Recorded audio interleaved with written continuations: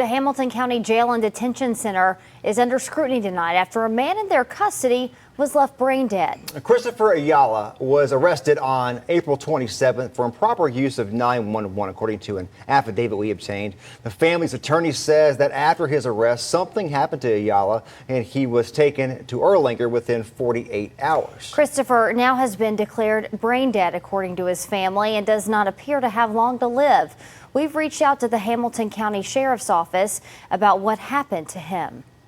So far, we have had no response. News Channel 9's Lexi Horvath spoke and reached out to officials and spoke with his family to learn more about this case.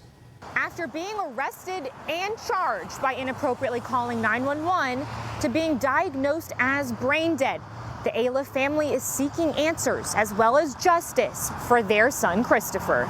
He had smoked a little bit of weed, they said. And so he dialed 911. 911 came.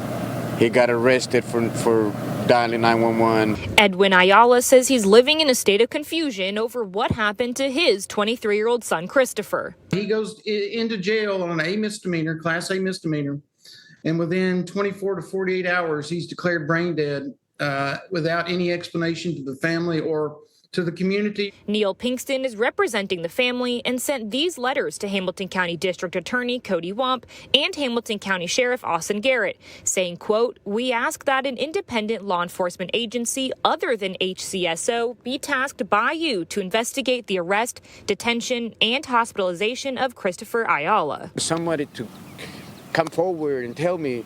I want someone to take me to a room somewhere and say, look, man, we can review these cameras right here.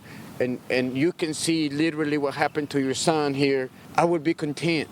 I would be content to know, and I would be able to deal with this and move forward with my life. An arrest affidavit says Christopher called 911 4 separate times while not making sense over the phone.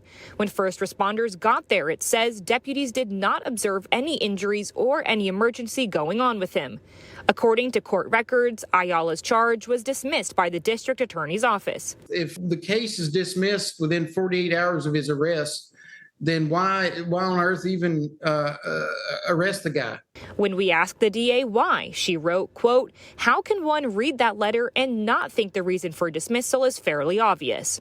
But the family says, what isn't obvious? What happened to Christopher that he ended up like this?